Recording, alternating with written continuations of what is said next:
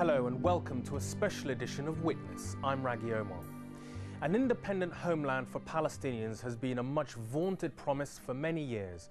In 1993, Israel actually signed an agreement, the Declaration of Principles, that would grant a limited form of self-government to the West Bank and Gaza. It wouldn't happen immediately, of course, nothing does in the Middle East. But in 2005, after 4 years of violence, Israel finally decided to abandon the Gaza Strip to its fate, and it withdrew unilaterally. Residents were jubilant. Their homeland by the Mediterranean was free, and perhaps the much dreamed of renaissance could take place. Mariam Shaheen and George Azar are journalists who have covered the Middle East for years. Of Lebanese and Palestinian descent, they moved to Gaza to be witnesses at this historic moment. Unfortunately, their optimism, like that of native Gazans, was short-lived. The democratically elected Hamas leadership was deemed unacceptable by the international community, an economic embargo was put in place, and the fledgling state was starved of funds. Gaza was under siege again. Mariam Shaheen and George Azar documented the dreams and fears of Gazans who were held hostages to fortune.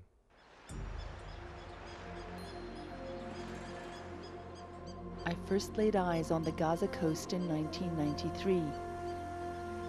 In those hopeful days, the peace slogan was Gaza first. It seems like centuries ago.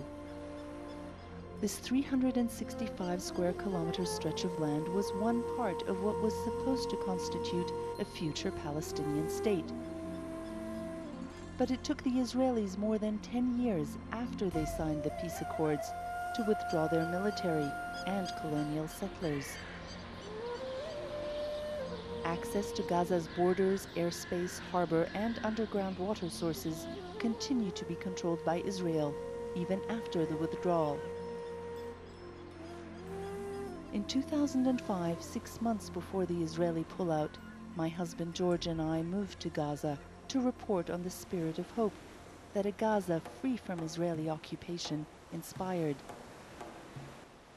I began covering Gaza almost 25 years ago, during the Israeli military occupation.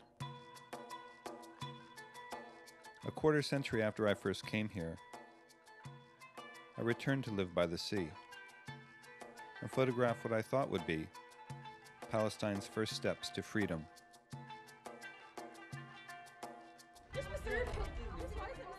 Among the many Gazans we met were these idealistic 12th graders, the first group of Palestinian students to graduate from the American International School. Most are children of privilege, elite by Gazan standards. Their joy on this day is great, and Hala Abdul Wahab is the class president. Not only are we graduates, we are delegates of a better future, diplomats of AISG, Palestine, and humanity. Thank you. The school's Dutch principal and his wife were our neighbors. Gaza's elders place enormous hope on the next generation, who represent 70% of this tiny strip's 1.5 million people. Gaza, and indeed Palestine's economic revival and political growth, will be theirs to make, should they be given the opportunity.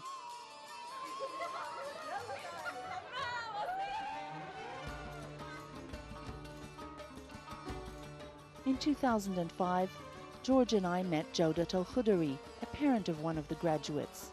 At the time, he told us of his hopes to build an antiquities museum in Gaza. Over the past 20 years, al-Khudari, who has built a remarkable garden seeded with the best of all things Gazan, from fruit trees to honeybees, from cacti to singing birds, but most notably, fantastic antiquities of Gaza's long, storied past.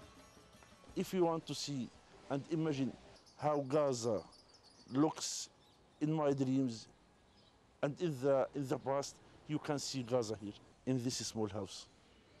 Al-Khudari's garden contains hundreds of artifacts ranging from the Philistine to the Ottoman era, and his spacious home serves as a makeshift museum. The first and thus far only international display of his Gaza collection opened in Geneva, Switzerland in 2007. 2,500 years BC, the oldest piece which I have.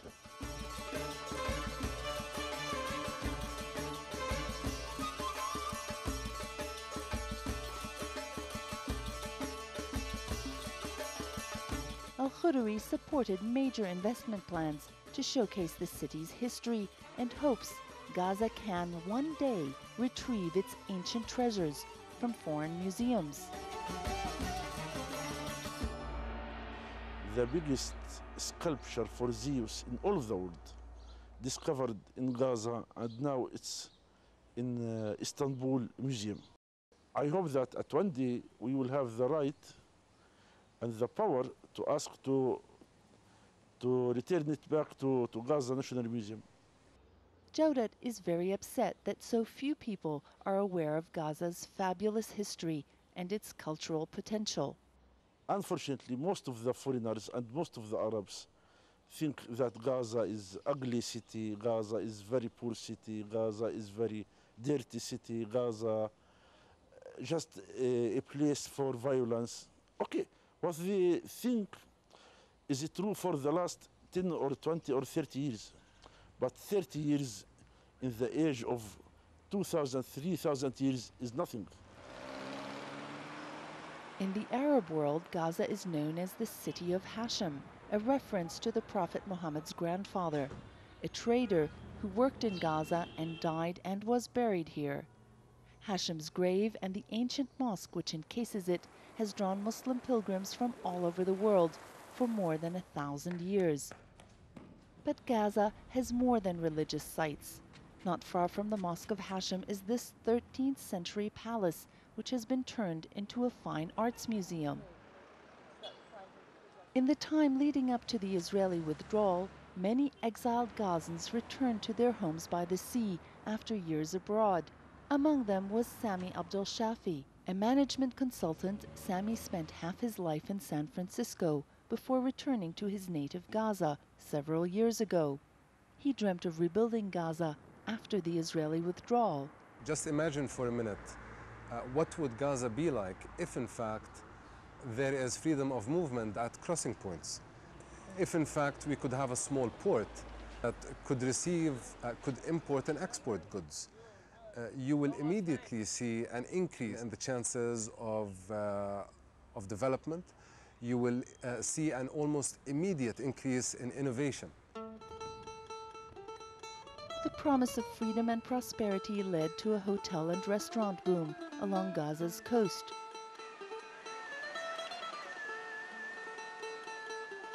It's a very small geographic area, so the return on investment, given the right environment, is expected to be high. The elegant Al Dira Hotel and its seafront terrace is a popular night spot.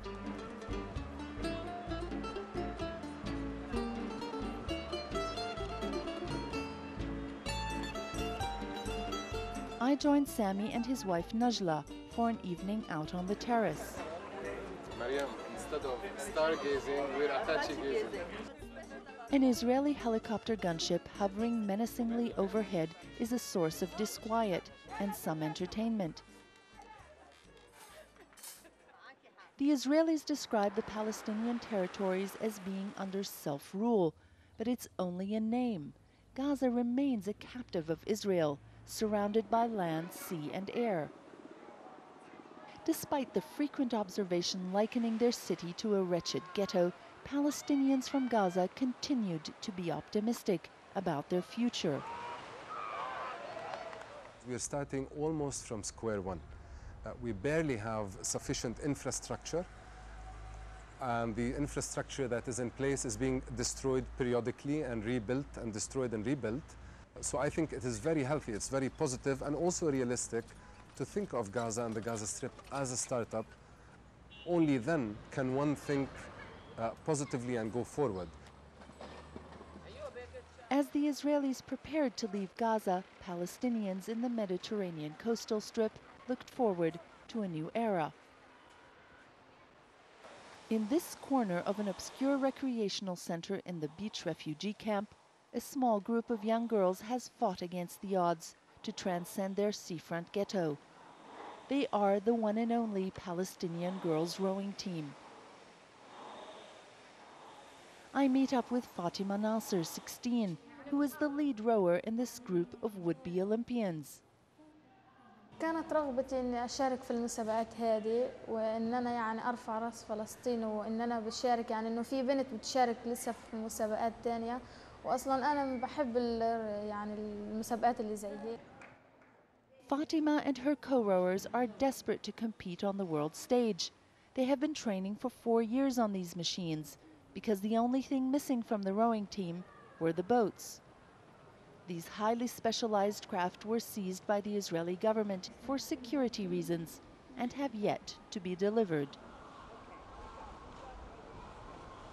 كان عندي أمل كبير أصلاً لأنه حكوا في الصيف اللي فات إنه القوارب حتخش بس لسبب يعني ضروري إنه القوات الإسرائيلية مش راضية تخشش القوارب ما خشتش لهالآن. The continuous economic and military siege has touched every aspect of life in Gaza. But there is a certain resilience that Gazans have acquired in spite of the suffering, which allows them to endure. أملي إنه يوصل هذا المشروع لكل العالم وإن احنا نعمل مسابقات مع كل الدول التانيين ونتشارك وإن احنا يعني نفرج للعالم إنه فلسطين بتقدر تنجز حاجات كبيرة.